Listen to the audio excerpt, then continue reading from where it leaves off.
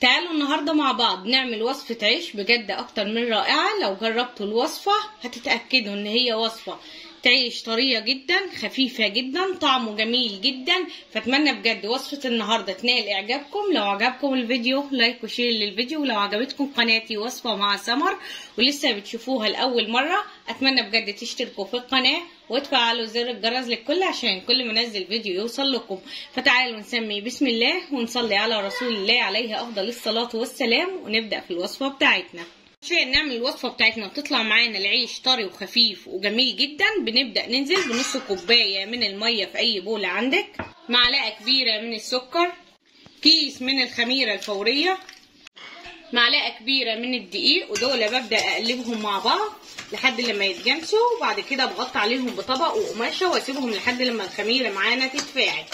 عندي هنا 6 كوبايات من الدقيق، هبدأ انزل عليهم بمعلقة صغيرة من الملح ودول بقلبهم مع بعض.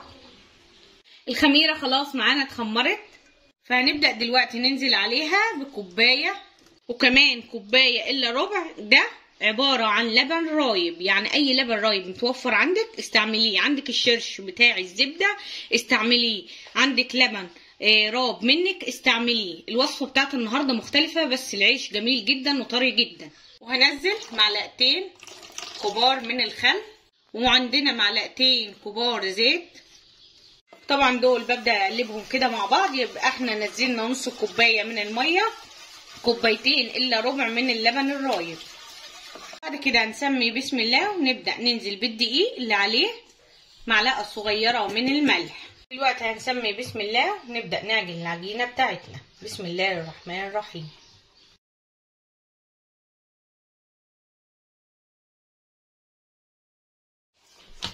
طبعا المعيار اللي احنا نزلناه عجن معانا العجينة ولمها بالطريقة دي، بس الوصفة دي عايزة عجينة مفتوحة، فبرجع تاني انزل ربع كوباية من اللبن الرايب وابدأ اعجنها.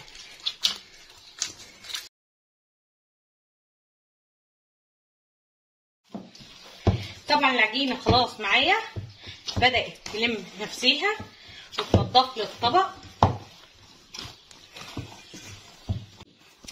زي ما انتم شايفين بتلزق معايا. هو ده اللي انا عايزاه، عايزه عجينه مفتوحه. ببدأ انزل عليها بمعلقه واحده من الدقيق. بصوا بس كده بغلف العجينه معايا وابدأ اضغط عليها زي ما هي كده واغطيها بكيس بلاستيك. ودلوقتي هلفها بقماشه وادخلها الفرن عندي دافي لحد لما تخمر معايا. العجينه معانا بسم الله ما شاء الله اتخمرت. شايفين معايا العجينه ممتازه. بصوا خمرها، بصوا. هنيجي دلوقتي بقى على الرخامه نبدا نرش رشه من الدقيق. دلوقتي هنبدا نقطع العجينه بتاعتنا الكور. طبعا هكبر الكوره، يعني مش هخليها ولا صغيره قوي ولا كبيره قوي. بصوا ايديا بتلزق، ببدا ابدرها كده بدقيق عشان اعرف امسك العجينه بتاعتنا.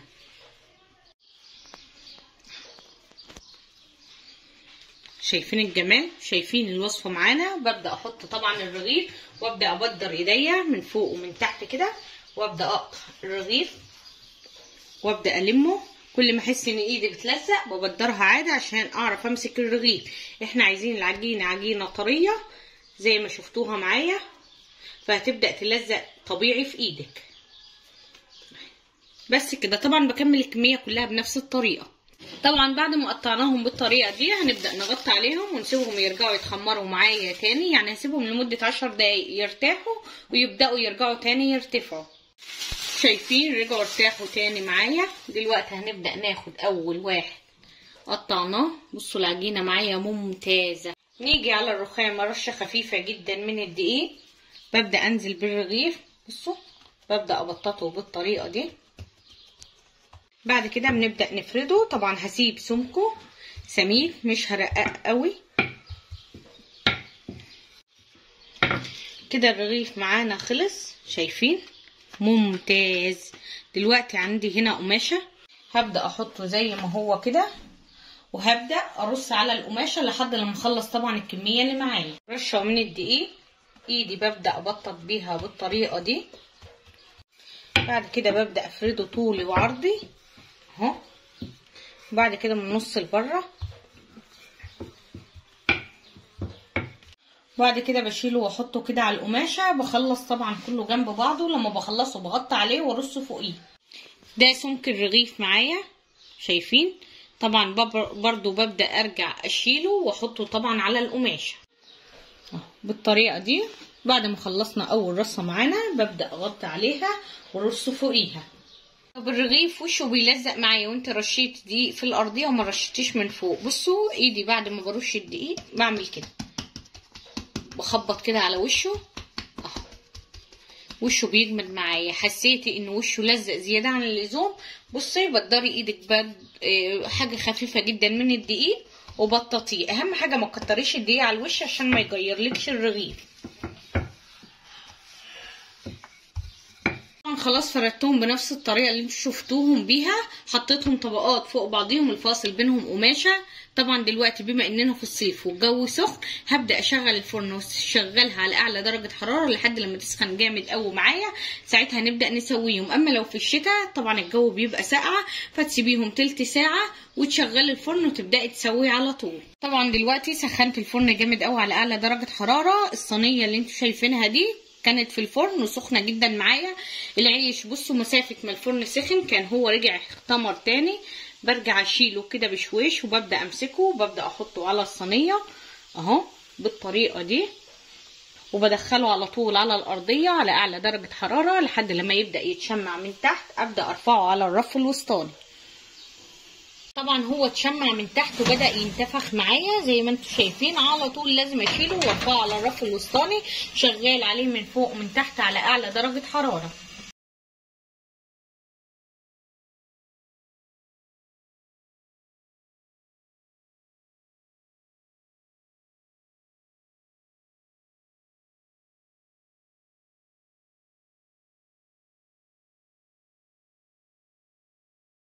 كده العيش معايا خد اللون زي ما انتم شايفين. يا سلام يا سلام على الجمال. شايفين العيش بتاعنا؟ على طول ببدأ اشيله واحطه على قماشة بالطريقة دي، وفي نفس الصينية برجع ارص الرصة اللي بعديها. لو جيت تشيل الرغيف بطريقة غلط من على الصينية وضيعت خموره اكيد لازم ما يقبش معاكي. هو وكده ببدأ اغطي عليه بفوطة تانية عشان يفضل محتفظ بطراوته. يعني بسم الله ما شاء الله مفيش واحد مش قابب فيهم، كلهم بنفس الطريقة، كلهم بنفس درجة التسوية.